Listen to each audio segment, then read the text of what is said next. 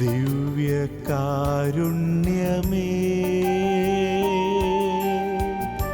എൻ്റെ പൊന്നേശുനാഥ, വന്നു വാണിടുമോ എൻ്റെ ഹൃദയത്തിനുള്ളിൽ? സ്നേഹകൂദാശയാ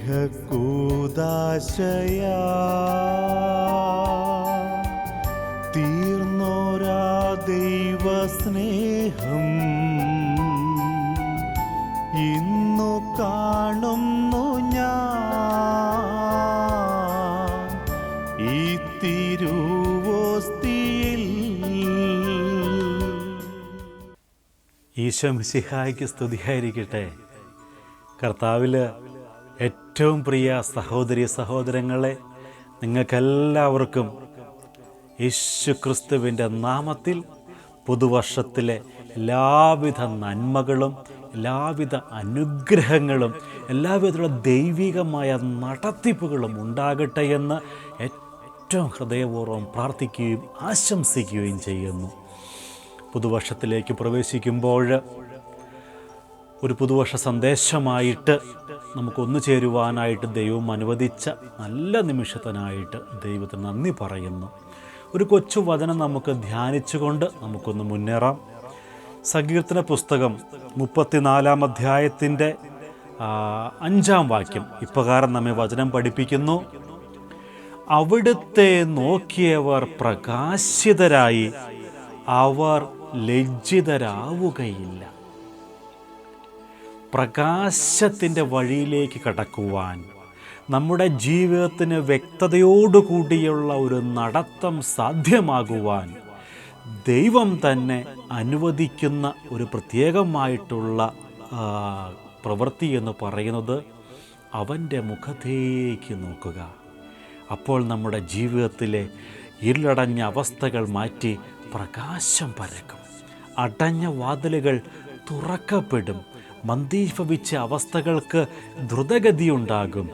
പരാജയപ്പെട്ടുവെന്ന് കരുതിയ അവസ്ഥകളിൽ വിജയം കടന്നു വരും.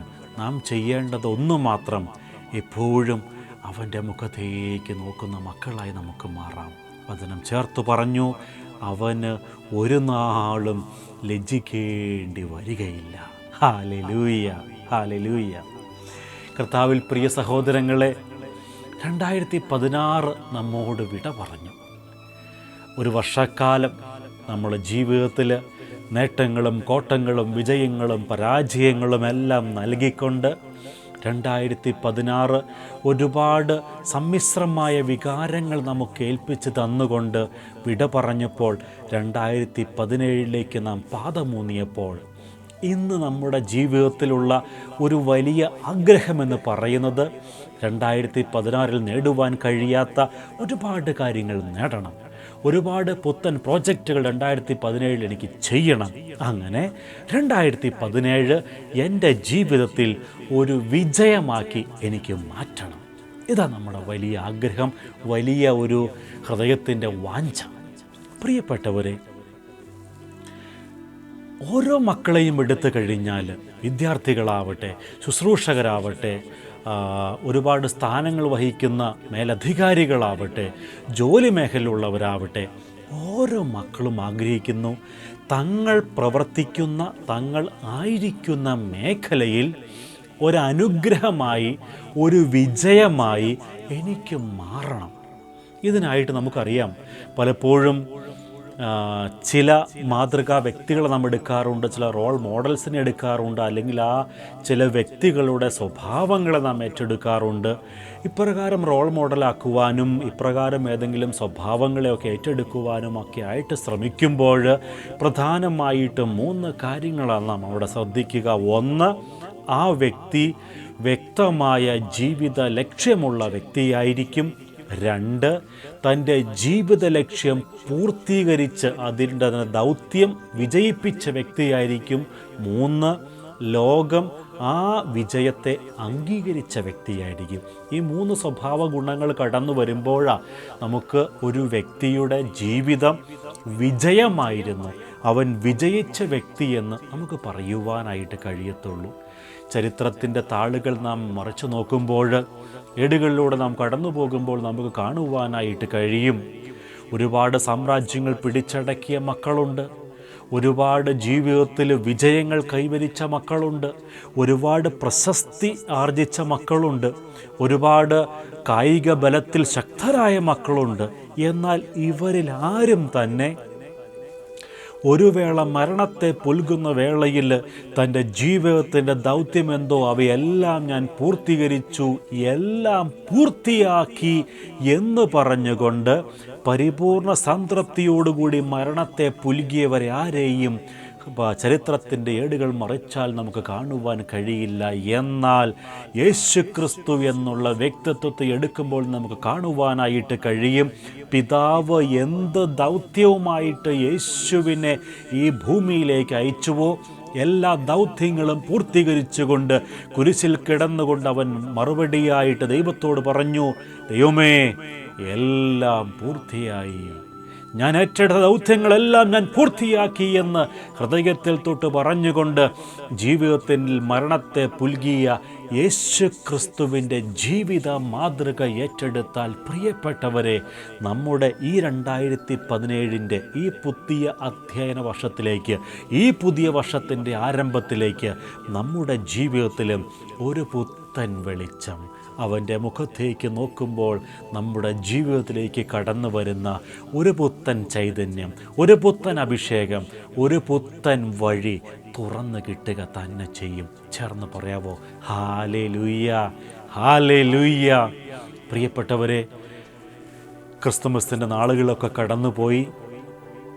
ക്രിസ്തുമസിൽ പുൽക്കൂട്ടിൽ പിറന്ന ഉണ്ണിയേശു, നമുക്കറിയാം എല്ലാ വർഷവും ഉണ്ണിയേശു പിറക്കുന്നില്ല, ഓർമ്മയാചരണമാണ് നാം ഇപ്പോൾ നടത്തിയത്.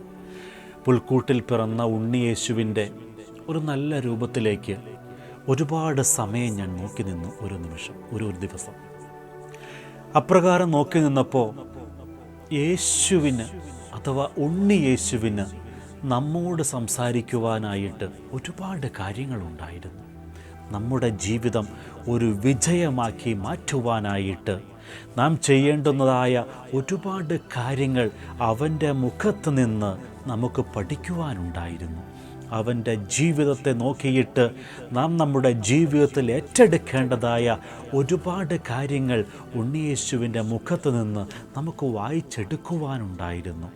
അവ ഇന്ന് നിങ്ങളുമായിട്ട് പങ്കുവയ്ക്കുവാനായിട്ട് ഞാൻ ആഗ്രഹിക്കുകയാണ്. ചേർന്ന് പറയാവോ? ഹല്ലേലൂയ. ജീവനോടെ ഹല്ലേലൂയ. പ്രിയപ്പെട്ടവരെ, യേശുക്രിസ്തുവിൻ്റെ സ്വഭാവ സവിശേഷതകളിൽ ഒരുപാട് സവിശേഷതകളുണ്ട്. എന്നാൽ അതിൽ നിന്നും 4 മാത്രമൊന്ന് പറയുവാൻ ഞാൻ ആഗ്രഹിക്കുകയാണ്. ഈ 4 ഈ വർഷത്തിൻ്റെ സന്ദേശമായിട്ട് എൻ്റെയും നിങ്ങളുടെയും ജീവിതത്തിൽ ഏറ്റെടുക്കുവാനായിട്ട് നമുക്ക് പരിശ്രമിക്കാം. ഒന്നാമത്തെ വലിയ സ്വഭാവ സവിശേഷത എന്ന് പറയുന്നത്, യേശു ദൈവത്വം വെടിഞ്ഞ് മനുഷ്യത്വം ഏറ്റെടുത്ത ഒരു വ്യക്തിത്വമുള്ള വ്യക്തി, അഥവാ ദൈവത്വം വെടിഞ്ഞ് എളിമയിലേക്ക്, താഴ്മയിലേക്ക് മനുഷ്യനായി പിറക്കുവാൻ തക്കവണ്ണം, ഒരു പുൽത്തൊട്ടിയിൽ ഒരു കാലിത്തൊഴുത്തിൽ പിറക്കുവാൻ തക്കവണ്ണം എളിമയുടെ ആഴങ്ങളിലേക്ക് ഇറങ്ങി വന്ന ഒരു വ്യക്തിത്വം യേശു ക്രിസ്തുവിനുണ്ടായിരുന്നു. പ്രിയ സഹോദരി സഹോദരങ്ങളെ, ആ എളിമയുടെ ആഴങ്ങളിലേക്ക് കടന്നു വരുവാനുള്ള കാരണം നമുക്കറിയാം.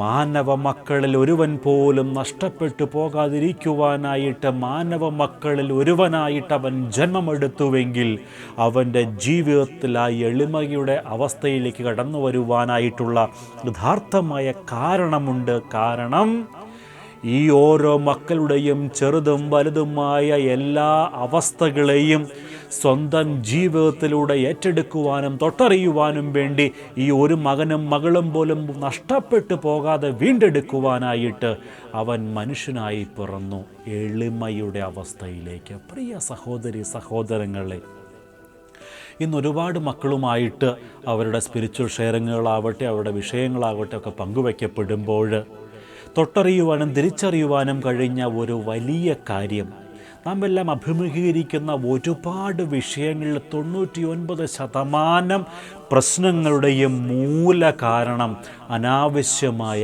ഈഗോയാണ്. പലപ്പോഴും അനാവശ്യമായ ഈഗോയിലൂടെ തങ്ങളിൽ ആരാണ് വലിയവനെന്നുള്ള ഒരു ചിന്ത പലയിടങ്ങളിലും പല കുടുംബങ്ങളിലും പല സദസ്സുകളിലും ഇന്ന് വ്യാപരിക്കുമ്പോൾ ദൈവം കാട്ടിത്തന്ന ഉദാത്തമായ മാതൃക എളിമയുടെ മാതൃക.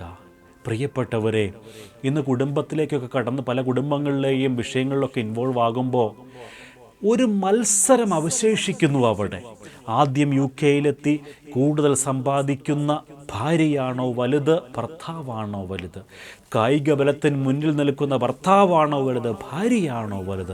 അനാവശ്യമായ ഒരു മത്സരം അവർക്കിടയിൽ, കൂട്ടായ്മകൾക്കിടയിൽ. ഏത് കൂട്ടായ്മയിലാണെന്ന് അഭിഷേകം കൂടുതൽ, ഏത് കൂട്ടായ്മയിലാണെന്ന് ജനങ്ങൾ കൂടുതൽ, അനാവശ്യമായ കൂട്ടായ്മകൾ തമ്മിലുള്ള മത്സരം. ശുശ്രൂഷകർക്കിടയിൽ ഏത് വ്യക്തിക്കാണ് ഇന്ന് ആത്മീയമായിട്ടുള്ള കൃപകൾ കൂടുതൽ, ഏത് വ്യക്തിക്കാണ് പ്രശസ്തി കൂടുതൽ, അനാവശ്യമായിട്ടുള്ള മത്സരം. അധികാരികൾക്കിടയിൽ, സഭകൾക്കിടയിൽ ഏത് സഭയിലാണെന്ന് പൗരാണികത്വം കൂടുതൽ, ഏത് സഭയിലാണ് വചനാധിഷ്ഠിതമായുള്ള ശുശ്രൂഷകൾ കൂടുതൽ, അനാവശ്യമായിട്ടുള്ള ഒരു മത്സരം. പ്രിയപ്പെട്ടവരെ, ഈ മത്സരങ്ങളെല്ലാം നമ്മുടെ വ്യക്തി ജീവിതത്തിലും കുടുംബ ജീവിതത്തിലും സാമൂഹിക ജീവിതത്തിലും നാം മുന്നേറുമ്പോൾ ലോകം വലിപ്പത്തെ ഉറ്റുനോക്കുമ്പോൾ യേശുക്രിസ്തു നമ്മെ നോക്കിയിട്ട് പറയുന്ന ഒരു കാര്യമുണ്ട്: നിങ്ങൾ ഓരോരുത്തരും ശിശുക്കളെ പോലെ ചെറുതാകുവിൻ. യേശുവിന് ആവശ്യം നമ്മുടെ വലിപ്പത്വമല്ല പ്രിയപ്പെട്ടവരെ. ഒന്ന് എളിമപ്പെടുക, ഒന്ന് താഴുക, ഒരു ശിശുവിനെ പോലെ ഒരു ലാളിത്യമുള്ള ജീവിതത്തിലേക്കൊന്ന് കടന്നു വരുവാൻ കഴിയുക. ഒരു വരി തന്നെ ഓർക്കുന്നില്ലേ? ഇത്ര ചെറുതാകാൻ എത്ര വളരേണം, ഇത്ര സ്നേഹിക്കാൻ എന്തു വേണം. ഇത്ര ചെറുതാകാൻ നാം ഒരുപാട് വളരേണ്ടിയിരിക്കുന്നു. ചെറുതാകൽ എന്ന് പറയുന്നത് ശോഷിക്കലല്ല, അതൊരു വളർച്ചയുടെ വലിയ തലം തന്നെയാണ്. അതിലേക്കുള്ള വളർച്ചയുടെ നിറവ ഇന്ന് ദൈവം ഉറ്റുനോക്കുന്നത്. പ്രിയപ്പെട്ടവരെ, വർഷങ്ങൾക്ക് മുൻപ് എനിക്ക് കിട്ടിയ ഒരു വലിയൊരു ബോധ്യമുണ്ട്. അവിടെ പരിശുദ്ധാത്മാവ് എന്നെ പഠിപ്പിച്ച ഒരു കാര്യം, തോറ്റുകൊടുക്കൽ ഒരു ഹരമാക്കി മാറ്റിയാൽ ജീവിതം ഒരു പുതിയ ലഹരിയായിട്ട് മാറും. ഒന്നുകൂടി പറയട്ടെ, തോറ്റുകൊടുക്കൽ ഒരു ഹരമാക്കിയാൽ ജീവിതം ഒരു ലഹരിയായി മാറുമെന്ന്. പ്രിയപ്പെട്ടവരെ, ഒന്ന് ചിന്തിച്ചേ. ഭാര്യയും ഭർത്താവും തമ്മിലുള്ള വിഷയത്തിന് മധ്യത്തിൽ ഒന്ന് തോറ്റുകൊടുക്കുവാൻ നമുക്ക് കഴിഞ്ഞാൽ, സഹോദരങ്ങൾ തമ്മിലുള്ള വിഷയങ്ങൾക്കിടയിൽ ഒന്ന് തോറ്റുകൊടുക്കുവാൻ നമുക്ക് കഴിഞ്ഞാൽ, അധികാരികളുമായിട്ടുള്ള വിഷയങ്ങൾക്കിടയിൽ, ജോലി മേഖലയിലെ തർക്കങ്ങൾക്കിടയിൽ ഒന്ന് തോറ്റുകൊടുക്കുവാൻ നമുക്ക് കഴിഞ്ഞാൽ നമുക്കൊന്നും നഷ്ടപ്പെടാനില്ല പ്രിയപ്പെട്ടവരെ. നമുക്ക് നേടുവാൻ മാത്രമേ ഉള്ളൂ നമ്മുടെ ജീവിതത്തിൻ്റെ മനസമാധാനം, നമ്മുടെ ജീവിതത്തിലെ ഒരു ദിവസത്തിലെ സന്തോഷം, നമ്മുടെ ജീവിതത്തിലെ ആ വ്യക്തിയുമായിട്ടുള്ള സുഹൃത്ത് ബന്ധത്തിൻ്റെ ഒരു പുത്തൻ തുറവി. ഒരുപാട് കാര്യങ്ങൾ നേടുവാനേ നമുക്കുള്ളൂ. തോക്കുമ്പോൾ നീ ചെറുതാവുകയല്ല അവിടെ ചെയ്യണേ, സ്വർഗത്തിൻ്റെ മുൻപിൽ നീ വലുതാവുകയാണ് ചെയ്യുന്നത്. പ്രിയ സഹോദര സഹോദരി, വചനത്തിൻ്റെ മുൻപിൽ മാത്രം തോക്കരുത്. മറ്റു മക്കളുടെ മുൻപിൽ ഒന്ന് തോറ്റുകൊടുക്കുവാൻ, സ്നേഹത്തിൻ്റെ മുൻപിൽ സ്നേഹത്തോടെ തോറ്റുകൊടുക്കുവാൻ കഴിഞ്ഞാൽ നമ്മുടെ ജീവിതത്തിലെ ഒരുപാട് വിഷയങ്ങൾക്കുള്ള വലിയ വിടുതല പ്രിയപ്പെട്ടവരെ. തോൽവി ഒന്ന് തോറ്റുകൊടുക്കുവാൻ കഴിഞ്ഞാൽ അതൊരു പരാജയമല്ല, ബോധപൂർവമുള്ള ഒരു വിജയമാണ്. ഒരു കൊച്ചു കഥ ഓർമ്മ വരികയാണ്. ഒരു ബസ് യാത്രയിൽ 2 പേർ സീറ്റിലിരിക്കുന്നു. എല്ലാ സീറ്റുകളും ഫുള്ളായിട്ട് ബസ് യാത്ര മുന്നോട്ട് പോകുന്നു. ഒരു സ്റ്റോപ്പിൽ നിർത്തിയപ്പോൾ കുറച്ച് സഞ്ചികളും കുറച്ച് ബാഗുകളുമായിട്ടൊരു വ്യക്തി ബസ്സിൽ കയറി. എല്ലാവരും സീറ്റിലിരിക്കുന്നത് കൊണ്ട് തൻ്റെ കയ്യിൽ ബാഗൊക്കെ ഉള്ളത് കൊണ്ട് ഈ വ്യക്തി ഒരു സീറ്റിൽ ചാരി ഇങ്ങനെ നിൽക്കുന്നു, മുകളിൽ കൈയൊക്കെ പിടിച്ച്. ഈ യാത്ര തുടർന്നു. യാത്രയ്ക്കിടയിൽ നിൽക്കുന്ന വ്യക്തി പലയാവർത്തി ഇരിക്കുന്ന വ്യക്തിയെ തട്ടുന്നു, മുട്ടുന്നു, തൻ്റെ ബാഗ് പോയിട്ട് ആ വ്യക്തിയുടെ മുഖത്തേക്കൊന്ന് അടിക്കുന്നു. അങ്ങനെ ഇരിക്കുന്ന വ്യക്തിയെ പല വിധത്തിലും അസ്വസ്ഥപ്പെടുത്തുന്നുണ്ട് ഈ നിൽക്കുന്ന വ്യക്തി. കുറച്ച് കഴിഞ്ഞപ്പോൾ ഇരിക്കുന്ന വ്യക്തിയുടെ അപ്പുറത്തിരിക്കുന്ന വ്യക്തി ഇദ്ദേഹത്തോട് ചോദിച്ചു, താങ്കളെ എത്ര കണ്ട് അസ്വസ്ഥപ്പെടുത്തുന്നു ആ നിൽക്കുന്ന വ്യക്തി, ഒന്ന് പറഞ്ഞുകൂടെ അല്പം കൂടി ശ്രദ്ധിച്ചു നിൽക്കുവാനായിട്ട്. അപ്പോൾ ഈ വ്യക്തി വളരെ സൗമ്യതയോടുകൂടി പറഞ്ഞു, ഞാൻ അടുത്ത സ്റ്റോപ്പിൽ ഇറങ്ങുകയാണ്. അടുത്ത സ്റ്റോപ്പിലേക്ക് ഏതാനും മിനിറ്റുകൾ മാത്രമേ ഉള്ളൂ.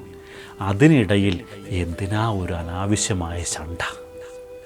പ്രിയ സഹോദരങ്ങളെ, ഒരു ബസ് യാത്രയിൽ നടന്ന കൊച്ചു സംഭവമാണ് ഇത് എങ്കിലും നമ്മുടെ ജീവിതത്തിലേക്ക് ഏറ്റെടുക്കുവാൻ കഴിയുന്ന ഒരു വലിയ തുറവിയത്. പലപ്പോഴും ജീവിത പങ്കാളിയുമായിട്ടാവട്ടെ, സഹോദരങ്ങളുമായിട്ടാവട്ടെ, സുഹൃത്തുക്കളുമായിട്ടാവട്ടെ, വാഗ്വാദങ്ങളും തർക്കങ്ങളും കടന്നു വരുമ്പോൾ ഒന്ന് ചിന്തിക്കുക, അടുത്ത സ്റ്റോപ്പിൽ ഞാനോ നിങ്ങളോ ഇറങ്ങിപ്പോകേണ്ടവരാ. ഈ വചനം പറയുന്ന സഹോദരൻ നാളെ എന്നുള്ള ദിവസം കാണുമോ എന്ന് ദൈവനിശ്ചയത്തിന് മാത്രമേ അറിയത്തുള്ളൂ. ഈ വചനം കേൾക്കുന്ന നിങ്ങൾക്ക് നാളെ എന്നൊരു ദിവസമുണ്ടോ എന്ന് സ്വർഗത്തിന് മാത്രമേ അറിയത്തുള്ളൂ. അതേ പ്രിയപ്പെട്ടവരെ, അടുത്ത സ്റ്റോപ്പിൽ നമ്മളിൽ ആരെങ്കിലുമൊക്കെ ഇറങ്ങിപ്പോകേണ്ടവരാ. മറ്റു വ്യക്തിയുമായിട്ട് അനാവശ്യ തർക്കങ്ങളിലും അനാവശ്യ വഴക്കുകളിലുമൊക്കെ മുന്നേറുമ്പോൾ ഒന്ന് ചിന്തിക്കുക, ഈ ഹ്രസ്വകാല യാത്രയെ നമുക്ക് ഒരുമിച്ചുള്ളൂ. ഈ ഹ്രസ്വകാല യാത്രയ്ക്കിടയിൽ ഏത് സ്റ്റോപ്പിൽ വേണമെങ്കിലും ഇറങ്ങിപ്പോകേണ്ടവർ കൂടിയാണ് നാം ഓരോരുത്തരും. ഇതിനിടയിൽ എന്തിന് അനാവശ്യമായിട്ടുള്ള ഒരു പിണക്കം, എന്തിന് അനാവശ്യമായിട്ടുള്ള ഒരു ശണ്ട? ഒന്ന് ചിന്തിക്കുവാൻ കഴിഞ്ഞാൽ ജീവിതത്തിലെ ഒരു പുത്തൻ തുറവി നമ്മുടെ ജീവിതത്തിലേക്ക് കടന്നു വരും. അതേ പ്രിയപ്പെട്ടവരെ, നമ്മുടെ ജീവിതത്തിൽ എളിമയുടെ ഒരു തലം, ബോധപൂർവം ചിലയിടങ്ങളിൽ തോറ്റുകൊടുക്കുവാൻ കഴിയുന്ന ഒരു ആത്മീയ വളർച്ച, മറ്റുള്ളവരുമായിട്ട് എൻ്റെ ജീവിതത്തെ കമ്പയർ ചെയ്യാനുള്ളവരല്ല നാം ഓരോരുത്തരും. മറിച്ച് എൻ്റെ ദൈവം എനിക്കെന്ത് തന്നുവോ അതിൽ തൃപ്തി കണ്ടെത്തി മുന്നോട്ട് പോകുവാൻ കഴിയുന്ന ഒരവസ്ഥ. പ്രിയപ്പെട്ടവരെ, ദൈവത്വം വെടിഞ്ഞ് മനുഷ്യനായി പിറന്ന യേശുവിൻ്റെ ജീവിതത്തിൽ നിന്നും പഠിക്കേണ്ട ഒന്നാമത്തെ സ്വഭാവ ഗുണം എൻ്റെ ജീവിതത്തിൽ ലാളിത്യത്തിലേക്ക്, എളിമയിലേക്ക്, ഞങ്ങളിൽ ആരാണ് വലിയവനെന്ന് ശിഷ്യഗണങ്ങൾ മുതലുള്ള ഒരു ചോദ്യമുണ്ട്. ഇന്നും എൻ്റെ ജീവിതത്തിൽ ആ ചോദ്യം ആവർത്തിക്കപ്പെടാതിരിക്കുവാൻ കഴിയുന്ന ഒരാത്മീയ വളർച്ച നമുക്കുണ്ടാവട്ടെ. ചേർന്ന് പറയാവോ? Hallelujah, hallelujah.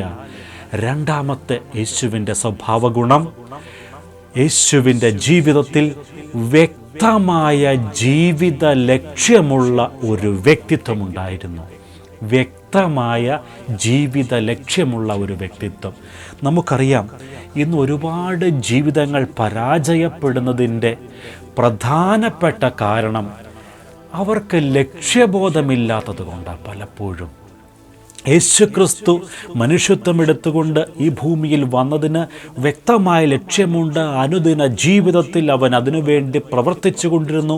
30 വർഷക്കാലം മാതാപിതാക്കൾക്ക് വിധേയപ്പെട്ട ജീവിതം നയിച്ചു. ഒടുവിൽ 3-3.5 വർഷക്കാലം മാത്രം പരസ്യ ജീവിതം നയിച്ചുകൊണ്ട് അതിനുവേണ്ടി ഓരോ ദിവസങ്ങളിലും അവൻ ഒരുങ്ങുകയായിരുന്നു. അനുദിന ജീവിതത്തിൽ ലക്ഷ്യത്തിനു വേണ്ടി ഒരുങ്ങിയ ഒരു വ്യക്തിത്വം യേശു ക്രിസ്തുവിൻ്റേത്. പ്രിയ സഹോദര, നമ്മുടെ ജീവിതത്തിലോട്ട് സ്വയം ഒന്ന് ചോദിച്ചാൽ, പ്രിയ സഹോദര സഹോദരി, നമ്മുടെ ജീവിതത്തിലേക്ക് സ്വയം ഒന്ന് ചോദിച്ചാൽ പല ചോദ്യങ്ങൾക്കും നമുക്ക് ഉത്തരമില്ല. ഇന്ന് നിന്നെ എന്തിനാ UK എത്തിയത്? അത് പിന്നെ പണം സമ്പാദിക്കാൻ. നിനക്കെന്തിനാ ജീവിത പങ്കാളിയെ തന്നത്? അത് പിന്നെ ഒരു കൂട്ടിന്. മക്കളെയോ? അത് സംഭവിച്ചു പോയി. എന്തിനാ ധനം തന്നത്? ജീവിതം ആസ്വദിക്കുവാൻ. എന്തിനാ താലന്തുകൾ തന്നത്? അതിലൂടെ മറ്റുള്ളവരെ സന്തോഷിപ്പിക്കുവാൻ. ഇങ്ങനെ വ്യക്തതയില്ലാത്ത ചോദ്യങ്ങളായിരിക്കാം നമ്മുടെ ജീവിതത്തോട് സ്വയം ചില ചോദ്യങ്ങൾ ചോദിച്ചാൽ നമുക്ക് മറുപടി കൊടുക്കുവാനായിട്ട് കഴിയുന്നത്. പ്രിയപ്പെട്ടവരെ, എന്താണ് നമ്മുടെ ജീവിതത്തിൻ്റെ യഥാർത്ഥമായ ലക്ഷ്യമെന്ന് അനുദിന ജീവിതത്തിൽ നമുക്ക് ചിന്തിക്കുവാൻ കഴിയണം. എങ്കിൽ മാത്രമേ വിജയിച്ച ഒരു ലക്ഷ്യപ്രാപ്തിയുള്ള ഒരു ജീവിതത്തിൻ്റെ ഉടമയായിട്ട് നമുക്ക് മാറുവാൻ കഴിയത്തുള്ളൂ. ദൈവത്വം വിടിഞ്ഞ് മനുഷ്യനായി പിറന്ന യേശു ക്രിസ്തുവിൻ്റെ ജീവിതത്തിൽ ലക്ഷ്യം നാം കണ്ടു. ഒരു മകനും മകളും നഷ്ടപ്പെട്ടു പോകാത്തവണ്ണം എല്ലാവർക്കും നിത്യജീവനിൽ സ്വർഗത്തിൽ അപ്പൻ്റെ കൂടെ ഇരിക്കുവാൻ കഴിയുന്ന നിത്യജീവൻ്റെ കവാടങ്ങൾ കടന്നു ചെല്ലുവാൻ തക്കവണ്ണം അവനിലൊരു നിത്യജീവൻ്റെ കിരീടമണിയിക്കുവാൻ വേണ്ടിയ യേശു ക്രിസ്തു മനുഷ്യത്വം ഏറ്റെടുത്തത്. എങ്കിൽ മനുഷ്യനായി പിറന്ന നമ്മുടെ ഓരോരുത്തരുടെയും ജീവിതത്തിലുള്ള ലക്ഷ്യം എന്ന് പറയുന്നത് അവൻ നമുക്കായി വെച്ചു നീട്ടിയ നിത്യജീവനെ ഏറ്റെടുക്കുവാൻ കഴിയുക, അത് പ്രാപ്തമാക്കുവാൻ കഴിയുക, അത് പ്രാപിക്കുവാൻ കഴിയുക. ഇതിനു വേണ്ടിയായിരിക്കണം അനുദിന ജീവിതത്തിൽ നമ്മുടെ ജീവിതം മുന്നേറേണ്ടത്. പ്രിയപ്പെട്ടവരെ, ഇന്ന് ലോകത്തിലുള്ള ഒരുപാട് കാര്യങ്ങൾക്ക് വേണ്ടിയും ജീവിത ഭാരങ്ങൾക്ക് വേണ്ടിയും നെട്ടോട്ടം ഓടുമ്പോൾ വചനം എന്നെയും നിന്നെയും നോക്കി പറയുന്നു. മത്തായി 6:33 പ്രകാരം പറയുന്നു, മുന്നമേ അവൻ്റെ രാജ്യവും നീതിയും നീ തേട്, ബാക്കിയുള്ളവ എല്ലാം നിനക്ക് കൂട്ടിച്ചേർത്ത് തന്നുകൊള്ളാം. പ്രിയപ്പെട്ടവരെ, ഇന്ന് കൂട്ടിച്ചേർത്ത് കിട്ടേണ്ട കാര്യങ്ങൾക്ക് വേണ്ടി നെട്ടോട്ടം ഓടുന്നവരാണ് നാം ഓരോരുത്തരും. എന്നിട്ട് ജീവിതത്തിൽ തളർന്നു വീഴുന്നു പലയിടങ്ങളിലും. വചനം പറയുന്നു, അതിനുവേണ്ടി അല്ല നീ ഓടേണ്ടത്. ഒന്നാമതായിട്ട് അവൻ്റെ രാജ്യവും നീതിയും നീ ഒന്ന് തേട്, ബാക്കിയുള്ളവയെല്ലാം അതിനോട് കൂട്ടിച്ചേർത്ത് കൊള്ളും. അതേ പ്രിയപ്പെട്ടവരെ, ദൈവം തന്ന ആരോഗ്യം, ദൈവം തന്ന താലന്തുകൾ, ദൈവം തന്ന ആയുസ്, ദൈവം നൽകിയ ആരോഗ്യം, ദൈവം നൽകിയ സമ്പത്ത്, ദൈവം നൽകിയ ജീവിത പങ്കാളി, ദൈവം നൽകിയ മക്കള്, ഇവയെല്ലാം കൂട്ടിച്ചേർത്തുകൊണ്ട് ദൈവത്തിന് വേണ്ടി, നിത്യജീവന് വേണ്ടി നല്ല ഓട്ടം ഓടുവാൻ നമുക്ക് കഴിയുമ്പോൾ സ്വർഗം നമ്മെ നോക്കി കരമടിക്കും. പ്രിയപ്പെട്ടവരെ, ഇതായിരിക്കണം നമ്മുടെ ജീവിത ലക്ഷ്യം. എന്ത്? ധനമോ മറ്റൊന്നുമല്ല, അവൻ്റെ രാജ്യവും നീതിയും. ബാക്കിയെല്ലാം സമയത്തിൻ്റെ പൂർണ്ണതയിൽ നമ്മിലേക്ക് കൂട്ടിച്ചേർത്തുകൊള്ളും. ചേർന്ന് പറയാവോ? ഹല്ലേലൂയ!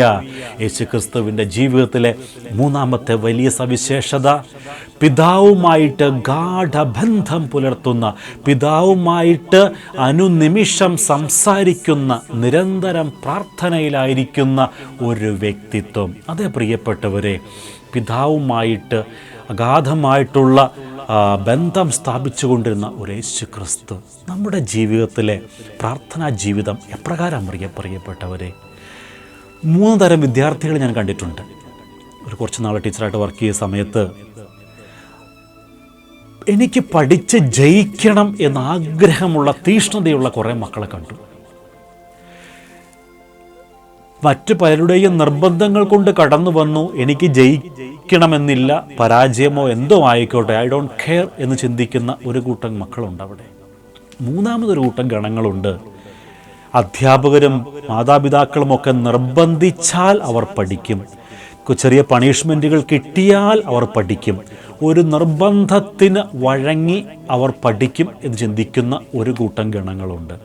പ്രിയപ്പെട്ടവരെ, നമ്മുടെ ആത്മീയ ജീവിതം ഇതിലെവിടെയായെന്ന്? എൻ്റെ ജീവിതത്തിൽ ചില പണിഷ്മെൻറ്റുകൾ, ചില പുഷിങ്ങുകൾ, ചില പിടുത്തങ്ങൾ വന്നാൽ ഞാനൊന്ന് പഠിക്കും എന്ന് ചിന്തിച്ച് മുന്നോട്ട് പോകുന്ന മക്കളാണ് ഇന്ന് ഭൂരിഭാഗവും. ജീവിതത്തിൽ ഒരു സഹനം, ജീവിതത്തിൽ ഒരു പരാജയം, ജീവിതത്തിൽ ഒരു വേദനയുടെ അവസ്ഥ കടന്നു വരുമ്പോൾ 4 ദിക്കും മുഴങ്ങുമാർ എൻ്റെ കർത്താവേ എന്ന് വിളിച്ച് കർത്താവിനോട് ചേർന്ന് മുന്നോട്ട് പോകുവാൻ ആഗ്രഹിക്കുന്ന അല്ലെങ്കിൽ മുന്നേറുന്ന മക്കളാണ് ഇന്ന് ഭൂരിഭാഗവും മക്കൾ. പ്രിയപ്പെട്ടവരെ, ഇതാണോ ഇന്ന് ദൈവം ആഗ്രഹിക്കുന്നത്? വചനം അടിവരയിട്ട് പറയുന്നുണ്ട്, അപ്പം തേടുന്നവരെ അല്ല, അപ്പനെ തേടുന്നവരെയാ ഇന്ന് സ്വർഗം ഉറ്റുനോക്കുന്നത്. അപ്പൻ എൻ്റെ കൂടെയായാൽ അപ്പം അവിടെ കൂട്ടിച്ചേർന്നുകൊള്ളും. പ്രിയപ്പെട്ടവരെ, ഇന്ന് പലപ്പോഴും നാം ചിന്തിക്കുന്നത് അപ്പത്തിന് വേണ്ടി ദൈവത്തെ വിളിക്കുന്നവരെയാ, അപ്പത്തിന് വേണ്ടി പ്രാർത്ഥിക്കുന്നവരെയാ. ജീവിതത്തിലെ ആവശ്യങ്ങൾ കടന്നു വരുമ്പോൾ, ഭാര്യയ്ക്ക് രോഗം കടന്നു വരുമ്പോൾ, ഭർത്താവിന് മദ്യത്തിന് അടിമപ്പെട്ട് കഴിയുമ്പോൾ, കുഞ്ഞുങ്ങൾക്ക് പരീക്ഷകൾ കടന്നു വരുമ്പോൾ, ജീവിത സാമ്പത്തിക ബുദ്ധിമുട്ടുകൾ തകർച്ചകൾ കടന്നു വരുമ്പോൾ എൻ്റെ കർത്താവേ എന്ന് വിളിക്കുന്ന മക്കളാ എന്ന് ഒരുപാട് പേര്. ഇതല്ല സ്വർഗം നോക്കുന്നത്. അപ്പനുമായിട്ട് അനുദിനം അനുനിമിഷം ഗാഢബന്ധം പുലർത്തുന്ന, ജീവിതത്തിൻ്റെ ഓരോ ചുവടുകൾ വയ്ക്കുമ്പോഴും പിതാവിനോട് അനുവാദം ചോദിക്കുന്ന, ജീവിതത്തിൻ്റെ ഓരോ വാക്കുകൾ സംസാരിക്കുമ്പോഴും ദൈവഹിതപ്രകാരം സംസാരിക്കുവാൻ കഴിയുന്ന, എൻ്റെ ജീവിതത്തിലൂടെ ദൈവം മഹത്വപ്പെടണമെന്നുള്ള വലിയ ആഗ്രഹത്തോടു കൂടി മുന്നേറുന്ന ഒരു വ്യക്തിത്വത്തെയാണ് ഇന്ന് സ്വർഗം ഉറ്റുനോക്കുന്നത്. അതേ പ്രിയപ്പെട്ടവരെ, എൻ്റെ ജീവിതത്തിലെ എൻ്റെ ചുവടുകൾ പിതാവിന് ഐക്യപ്പെട്ടതായി മാറണം. യേശു ക്രിസ്തു നമ്മെ അത് കാണിച്ചു തന്നു. നമുക്ക് ഏറ്റെടുക്കുവാൻ കഴിയണം. ചേർന്ന് പറയാവോ? Hallelujah, hallelujah. യേശു ക്രിസ്തുവിൻ്റെ ജീവിതത്തിലെ നാലാമത്തെ അതിപ്രധാനമായൊരു സവിശേഷത, സകല മനുഷ്യരെയും ഉൾക്കൊള്ളുവാൻ കഴിയുന്ന ഒരു വ്യക്തിത്വം യേശുവിനുണ്ടായിരുന്നു. യേശു സഹവസിച്ചത് ചുങ്കക്കാരുടെയും വേശ്യകളുടെയും പാപികളുടെയും പിന്നോക്ക സമുദായക്കാരുടെയും എല്ലാം മധ്യത്തിലാണ്. അവരെയെല്ലാം അവൻ ചേർത്തു പിടിച്ചു തന്നോട്. കാരണം അവരിൽ ഒരുവൻ പോലും നഷ്ടപ്പെട്ടു പോകുവാൻ യേശു അനുവദിച്ചിരുന്നില്ല, ആഗ്രഹിച്ചിരുന്നില്ല. പ്രിയപ്പെട്ടവരെ, യേശുവിൻ്റെ ജീവിതത്തെക്കുറിച്ച് സുവിശേഷകൻ എഴുതി, അവൻ പാപത്തെ വെറുത്ത് പാപികളെ സ്നേഹിച്ചുവെന്ന്. അതെ, പാപത്തെ വെറുക്കുവാനും പാപികളെ ചേർത്ത് പിടിച്ച് സ്നേഹിക്കുവാനും കഴിഞ്ഞ യേശു ക്രിസ്തുവിൻ്റെ ഒരു മഹത്തരമായ വ്യക്തിത്വം. പ്രിയ സഹോദരങ്ങളെ, നമ്മുടെ ജീവിതത്തിലേക്ക് ഒന്ന് തിരിഞ്ഞു നോക്കിയാൽ ഇന്ന് ഈ സ്വഭാവ ഗുണം എവിടെയാണ് നമുക്കുള്ളത്? പലപ്പോഴും ദേശത്തിൻ്റെയും മതത്തിൻ്റെയും മതത്തിനുള്ളിലുള്ള പല വിഭാഗീയ ചിന്തകളുടെയും എല്ലാം പേരിൽ അതിർത്തികൾ നാം രൂപീകരിച്ചിരിക്കുകയായി. ഇന്ന് അതിർത്തികൾക്കപ്പുറത്തുള്ളവൻ എൻ്റെ ശത്രുവിനെ പോലെ കണ്ട് അവനെ അകറ്റി മാറ്റി നിർത്തിയിരിക്കുക നാം ഇന്ന്. പ്രിയപ്പെട്ടവരെ, മറ്റ് മതത്തിലുള്ളവരാകട്ടെ, ഒരേ മതത്തിൽ തന്നെ പല വിഭാഗത്തിലുള്ളവരാകട്ടെ, ഇവരെ ഒരു അതിർത്തി സ്ഥാപിച്ചപ്പുറത്ത് ശത്രുവിനെ പോലെ നിർത്തുമ്പോൾ, പ്രിയ സഹോദരി ഒന്ന് തിരിച്ചറിയുക, അതിർത്തിക്കപ്പുറത്തുള്ളത് എൻ്റെ ശത്രുവല്ല. അവൻ്റെയും എൻ്റെയും പിതാവ് സ്വർഗത്തിലെ ഏക പിതാവാണ് എങ്കിൽ അതിർത്തിക്കപ്പുറത്തുള്ളവൻ എൻ്റെ സഹോദരനാണ്. സഹോദരനെ ഞാനിന്ന് വെറുക്കുന്നുവെങ്കിൽ 1 യോഹന്നാൻ 3-ാം അധ്യായത്തിൻ്റെ 15-ാം വാക്യം ഇപ്രകാരം നമ്മെ വചനം പഠിപ്പിക്കുന്നു: സഹോദരനെ വെറുക്കുന്നവൻ കൊലപാതകയാണ്, അവനിൽ നിത്യജീവൻ അവശേഷിക്കുന്നില്ല എന്ന്. പ്രിയ സഹോദര സഹോദരി, നമുക്കൊന്ന് കഴിയട്ടെ യേശു ക്രിസ്തുവിനെ പോലെ പാപത്തെ വെറുത്ത് പാപികളെ ചേർത്ത് പിടിക്കുവാൻ.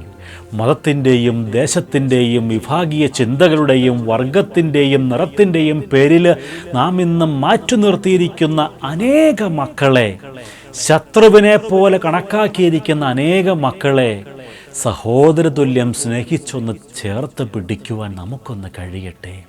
ഇപ്രകാരം ചേർത്ത് പിടിക്കുമ്പോൾ നമുക്കുണ്ടാകേണ്ട ഒരു വലിയ സ്വഭാവ ഗുണമാണ് യേശു കാണിച്ചു. അവൻ പാപത്തെ വെറുത്തു. നമുക്കുമുണ്ടാകണം ആ സ്വഭാവ ഗുണം. അനേകം മക്കളിലേക്ക് ഇറങ്ങിച്ചെന്ന് അവരെ നേടുവാനായിട്ട് മുന്നേറുമ്പോൾ അവരുടെ സ്വഭാവത്തിൻ്റെ വൈകല്യങ്ങളിൽ ഒരംശം പോലും നമ്മുടെ ജീവിതത്തിൽ ഏശാത്തവണ്ണം എൻ്റെ ക്രിസ്തീയ ജീവിതം, എൻ്റെ പ്രാർത്ഥനാ ജീവിതം, എൻ്റെ ശുശ്രൂഷ ജീവിതം സ്ഥിരതയുള്ളതായിരിക്കണം, വിശുദ്ധിയുള്ളതായിരിക്കണം, ക്രമമുള്ളതായിരിക്കണം. പ്രിയപ്പെട്ടവരെ, ഉദാഹരണം പറഞ്ഞാൽ, മദ്യപാനത്തിൻ്റെ ആസക്തിയുള്ള ഒരു മകൻ അവൻ താൽക്കാലികമായിട്ട് മദ്യപാനത്തിൽ നിന്നും വിട്ടിട്ട് അവൻ അനേക മദ്യപാനികളെ നേടുവാനായിട്ട് ഇറങ്ങിച്ചെല്ലുമ്പോൾ മദ്യപാനികളുമായിട്ടുള്ള സഹവാസത്തിൻ്റെ ഒടുവിൽ അവനിൽ കുടികൊള്ളുന്നതായ മദ്യപാനത്തിൻ്റെ ആസക്തി വീണ്ടും ഉടലെടുക്കുകയും നാളുകളിൽ മദ്യപാനികളിൽ ഒരുവനായിട്ട് അവൻ മാറ്റപ്പെടുകയും ചെയ്തേക്കാം. മദ്യപാനികളെ നേടുന്നതിന് പകരം ഇവൻ മദ്യപാനികളിൽ ഒരുവനായിട്ട് മാറ്റപ്പെടുന്നു. നിരീശ്വരവാദത്തിലേക്ക് പലപ്പോഴും ഒരുപാട് മക്കൾ നേടുവാനായിട്ട് കടന്നു ചെല്ലുമ്പോൾ നിരീശ്വരവാദികളിൽ കുടികൊള്ളുന്ന ഒരു പ്രത്യേകതരം താർക്കിക വിഷയത്തിനു വേണ്ടിയുള്ള അവർ സ്വരുക്കൂട്ടി വച്ചിരിക്കുന്ന ആശയങ്ങളും ബോധ്യങ്ങളുമുണ്ട്. വചനത്തിൻ്റെ യഥാർത്ഥമായ ആഴങ്ങളും അടിത്തറയുമില്ലാത്ത ഒരു മകൻ അവരെ നേടുവാനായിട്ട് കടന്നു ചെല്ലുമ്പോൾ നിരീശ്വരവാദികൾ ഉന്നയിക്കുന്ന ചില ചോദ്യങ്ങൾക്ക് ഉത്തരം കൊടുക്കുവാൻ കഴിയാതെ ഇവൻ ഒരു വേള ചിന്തിച്ചേക്കാം, ദൈവമുണ്ടോ? അവൻ പറയുന്നതല്ലേ ശരി? പ്രിയപ്പെട്ടവരെ, നേടുവാനായിട്ട് ഇറങ്ങുമ്പോൾ തിരിച്ചറിയുക, എൻ്റെ ജീവിതത്തിലേക്ക് ഒരു തിന്മയുടെ സ്വാധീനങ്ങൾ പോലും കടന്നു വരാത്തവണ്ണം സ്ഥിരതയോടെ നിൽക്കുവാൻ കഴിയുന്ന പ്രാർത്ഥനയുടെയും ദൈവവുമായിട്ടുള്ള വ്യക്തിബന്ധത്തിൻ്റെയും അടിത്തറ എനിക്കുണ്ടായിരിക്കണം. പ്രിയ സഹോദര, സഹോദരി, ഈ 4 കാര്യങ്ങളെ നമുക്ക് ചെറുതായിട്ടൊന്ന് പ്രാർത്ഥിച്ച് അവസാനിപ്പിക്കാം. 1, ദൈവത്വം പിടിഞ്ഞ് മനുഷ്യനായി പിറന്നതുപോലെ എൻ്റെ ജീവിതത്തിലേക്ക് എളിമയുടെ ഒരു തലം ഈ 2017 കടന്നു വരട്ടെ. അടുത്ത സ്റ്റോപ്പിൽ ഇറങ്ങുവാനുള്ളവരാണ് നാം ഓരോരുത്തരും. ഈ ഹ്രസ്വകാല ജീവിതത്തിൽ അനാവശ്യമായിട്ടുള്ള തർക്കങ്ങൾ, അനാവശ്യമായിട്ടുള്ള പോരാട്ടങ്ങൾ, അനാവശ്യമായിട്ടുള്ള ഈഗോകൾ നമുക്കൊന്ന് അവസാനിപ്പിച്ചുകൊണ്ട് ഒന്ന് തോറ്റു കൊടുക്കുവാൻ കഴിയുന്ന, മറ്റുള്ളവരുടെ മുൻപിൽ ഒന്ന് താണു കൊടുക്കുവാൻ കഴിയുന്ന ഒരു വ്യക്തിത്വം നമുക്കുണ്ടാകട്ടെ. നമ്മുടെ ജീവിതത്തിൽ വ്യക്തതയുള്ള ഒരു ജീവിത ലക്ഷ്യം നമുക്കുണ്ടാകട്ടെ.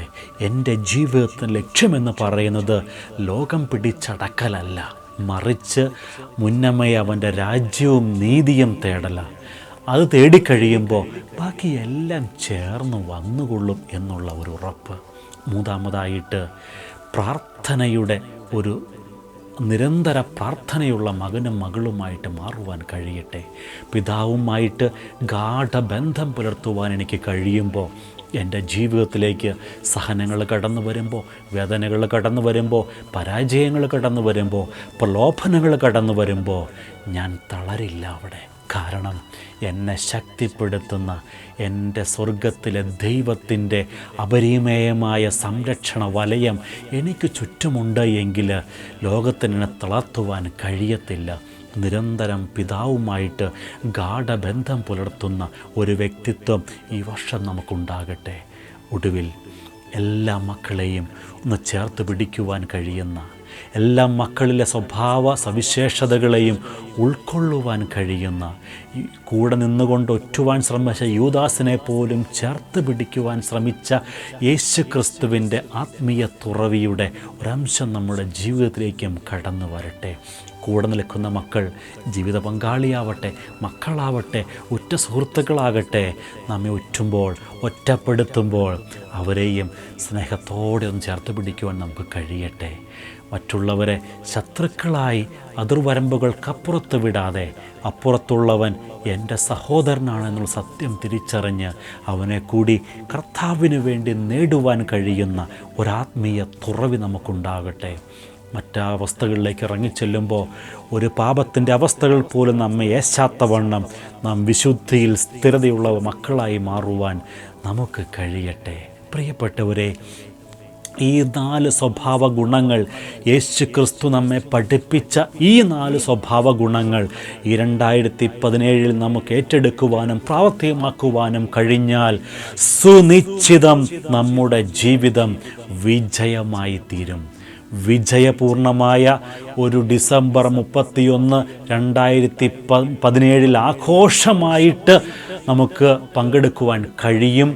ഈ സ്വഭാവ സവിശേഷതകൾ നമ്മുടെ ജീവിതത്തിലേക്ക് ഒന്നേറ്റെടുക്കുവാൻ കഴിഞ്ഞാൽ അതിനായിട്ട് ദൈവം നമ്മെ ശക്തീകരിക്കട്ടെ.